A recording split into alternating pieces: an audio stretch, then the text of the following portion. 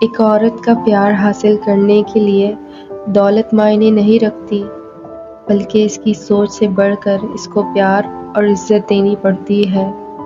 اپنی بیوی کو کبھی دکھ نہ دیں، کیونکہ بیویوں کی دنیا بہت چھوٹی ہوتی ہے، شوہر سے شروع ہوتی ہے اور شوہر پہ ہی ختم ہو جاتی ہے۔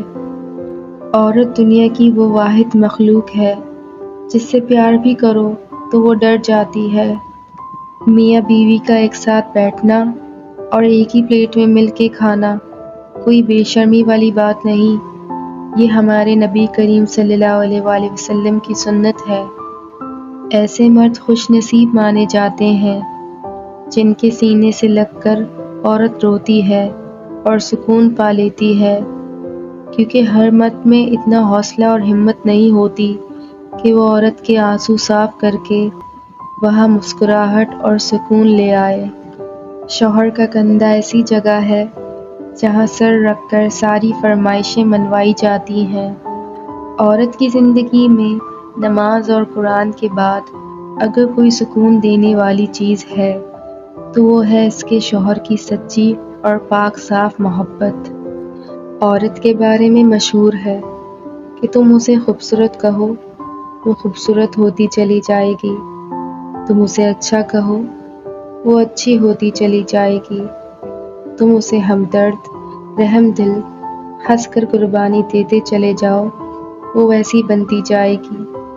مگر جب تم اس میں عیب نکالتے ہو، چھوٹی غلطی کو بڑا بناتے ہو، اس کے لباس، کھانے اور روزمرہ کے کاموں میں عیب نکالتے ہو، تو تم اسے دن بدن عیب دار کرتے جاؤ گے۔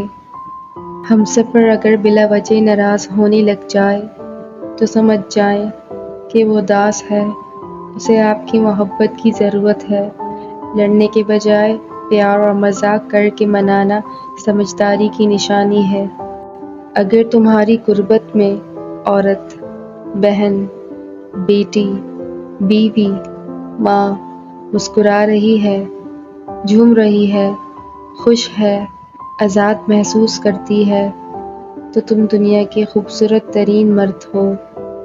بہترین میاں بیوی کی سب سے بڑی خاصیت یہ ہے کہ وہ آپس میں اختلافات اور ناراضگی کے باوجود ایک دوسرے کا خیال اور فکر کرنا نہیں چھوڑتے۔ من چاہی عورت کی توجہ تو تھکے ہارے مرد کے وجود میں جان ڈال دیتی ہے، اور ایسی عورت کی وجہ سے مرد کہہ سکتا ہے کہ زندگی واقعی ہی بہت خوبصورت ہے۔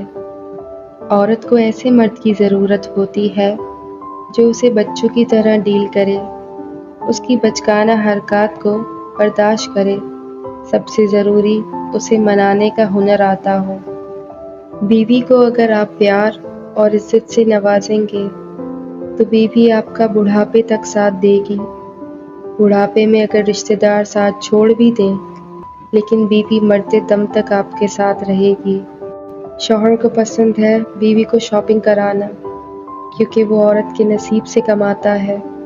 جب عورت پر خرچ کرتا ہے، اس کے مال و دولت میں برکت پیدا ہوتی ہے۔